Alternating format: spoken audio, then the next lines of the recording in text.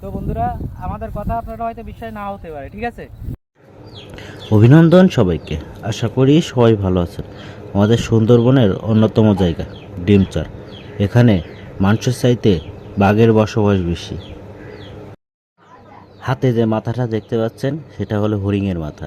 বাঘ মামারা রাতের আধারে এসে এই হরিণগুলো শিকার করে গহীন জঙ্গলের ভিতর নিয়ে চলে যায়, আর মাঝে সাঝে এইসব জায়গায় শিকার করে এই জায়গায় খেয়ে মাথাগুলো রেখে চলে যায়। এই দেখুন, দেখছেন, একদম মানে ভয়ানক তো খুব। ভয়ানক। মানে এখানে এতটাই ভয় যে আপনাদের ধারণা কিংবা কল্পনার বাইরে।